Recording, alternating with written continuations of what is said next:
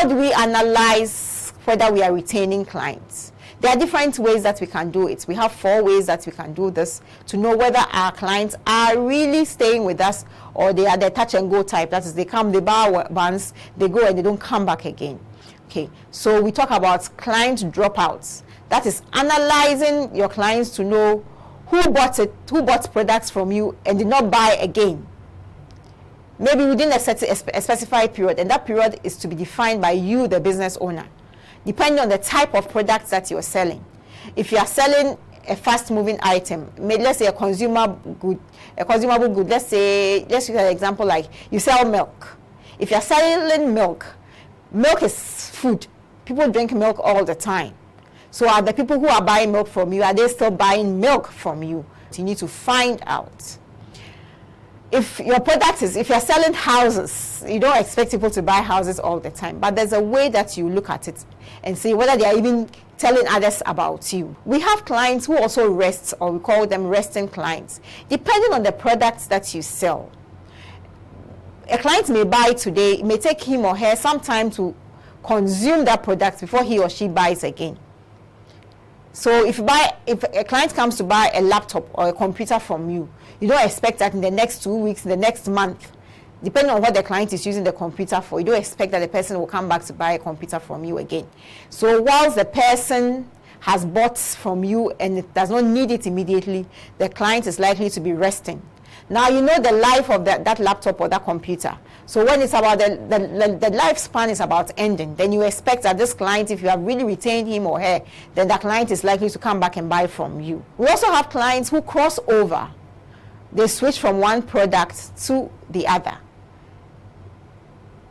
Let me get a very good example to use. So he was buying desktop from you because he has just started business. He was not moving around. Now he's a big man, so he wants a laptop. If you are really understanding the needs of your clients and you are interacting with your clients, it gets to a point where you know that this man, where his status is now, he doesn't want a desktop anymore. He wants a laptop. So though your desktop markets may not be selling as much as you would want to, you realize that your laptop market is going up because the client has crossed over from buying the desktop to a laptop. And when we say client retention, it simply means analyzing to know who keeps buying from you. So depending on what you sell, I'm not saying that if you are selling, you have a provision shop, everybody who comes to buy one bottle of water, you need to find out from them. Usually it depends on the products that you are selling. But if you are in a community and you have a provision shop and the same people come buying from you, they may not buy the same items, but they come to buy other things. It means that you are retaining your clients. But if the woman next door buys from you for 2 weeks and for the rest of the time she doesn't buy from you, you see her passing your shop to go and buy some from somewhere else, then it means you're not retaining your clients. Something might be wrong and you would want to find out why. Let's talk about client service. If you want to retain your clients, then it means that you have to give them excellent service. Using client service to attract and retain clients is a well thought through process that every business owner should adopt. It doesn't come by magic. It is something that you have to work at.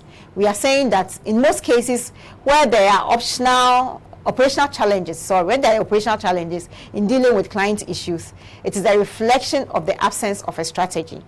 So when issues come and we don't know how to handle them, it means that we don't have a strategy on how we anticipate our clients' issues and address them. Client service, we say, is a tool that helps us to attract and retain clients. And it starts with a client philosophy. So as a business owner, how do you see your clients? You have to put the clients, or what we call, sometimes we all refer to clients or customers, at the center of your business. Everything that you do should center around the clients. The time that you open your shop, the time that you open your business should center around the clients. So you don't have clients queuing in front of your shop waiting for you to come and open the shop. On Sunday, I passed by a shop where they sell ECG prepaid. And I think the owner of the shop had gone to church and had not come. But there was a long queue. And I was asking myself, Won't this person get somebody else who is likely to close early to come and open so that they can serve these clients? Now, I don't have the time, but if I had the time and I also open a vendor, become a vendor close by, what do you think will happen? Now, all those people who want to buy early can come to me and buy from me. So we are saying that everything that you do need to center around the clients. So for a business owner, you need to have clarity in these three things. The first one is, when you say client service or customer service, what does it mean to you, the business owner? Very, very important. Now, when you know what it means to you, how do you provide this client service? How do you provide it? And then the last one is, how do you ensure that client service is attaining the desired results? People put things in place, but it might not give them the desired results. And I always use this as an example, where somebody in the shop was told how to treat customers when they come in, but was not explained to the person the why. So how to provide client service is very, very important. But for you to know whether what you have done is achieving the results that you want it to, you need to explain why we are doing this. The people that we employ in our businesses, they don't have the same philosophies as we have. So if you don't take the time to ensure that you have explained the why behind the client service, you are likely not to get the best out of your people. It's not because they don't know how to do it. You can teach them the how, but the why is the one that will help you to know whether you are attaining the results that you want or not. The client has to be at the center of everything we do. We need to explain what we mean when we say client service, and then we need to talk about how we are going to provide this client service, and then find ways to ensure that we are measuring to see whether we are attaining the results that we would want to. So how do we provide client service?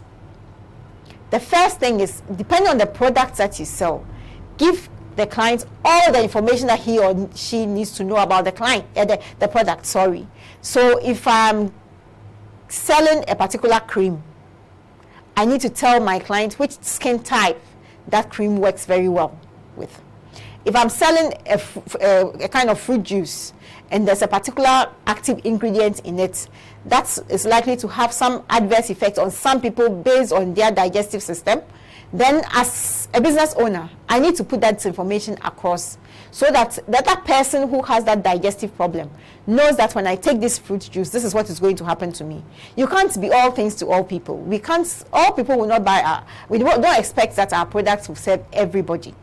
So that information is very, very important. And for most of us, we lose clients because we don't give out the information. So what is it about your product? If I'm using it, what am I not supposed to add to it?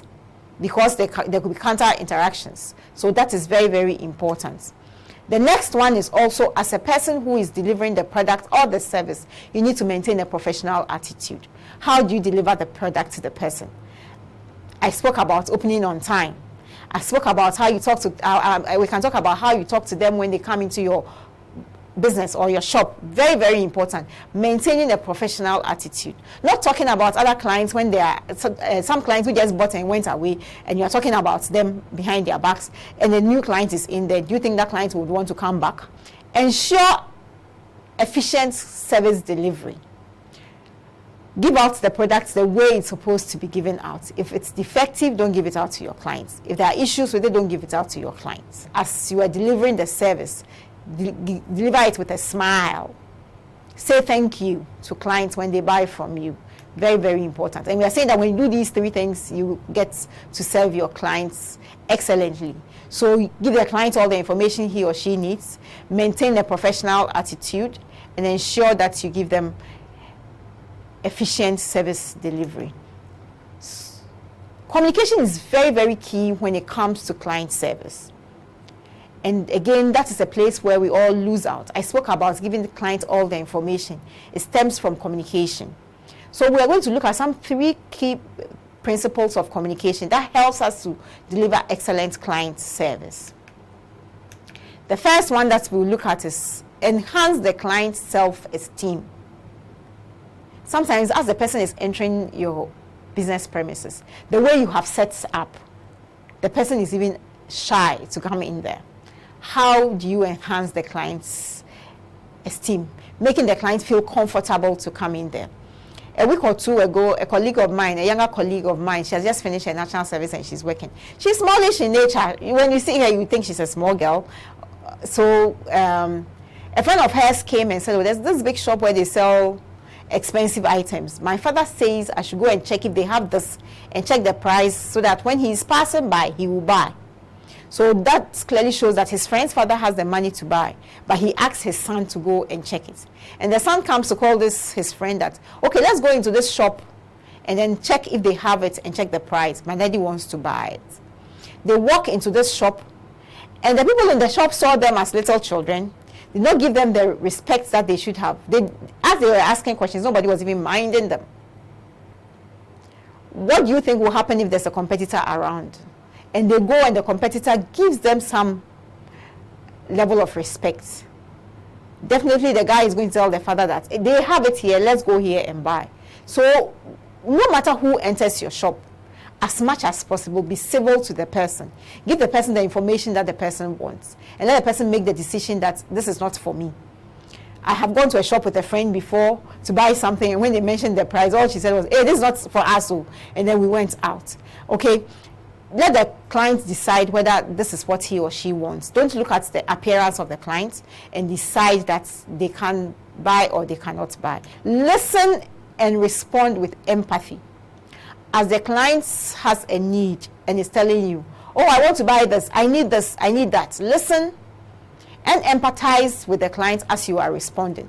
So maybe you'll not be able to satisfy the client's need at this particular point in time, but all the same, know how to talk to the person. Let the person see that you appreciate his or her custom for her or him to come to you, and that though you can't help them, you would have loved to do so. Involve the clients. So as you, even if you can help the client and you are giving the client the solution that you want to give to the client, you need to talk to the client. Tell the client how to use the product. Tell the client the effect, what is likely to happen to him or her when they use the product. Very, very important, so that the client feels that he or she is part of you. So we are talking about the 3 key principles of communication, and we are saying that first you need to ensure that the client's esteem is enhanced. The client's self-esteem is enhanced. Once the client comes into your premises, be sure that you are going to treat the clients the same way you treat all clients, irrespective of whether he's tall, whether he's small. No matter what it is, as much as possible, ensure that you treat them with some self-esteem. Also listen and respond with empathy. And lastly, ensure that whatever solution that you have, even when you can't help the client, let the client know that I would have loved to do this for you. Involve the client in the solution that you give to the client. So tell the client, would you have loved it this way? Okay, you can go to this shop, you can go to this place, you can go to the other place, and I'm sure you get it. And that way you would have communicated to the client.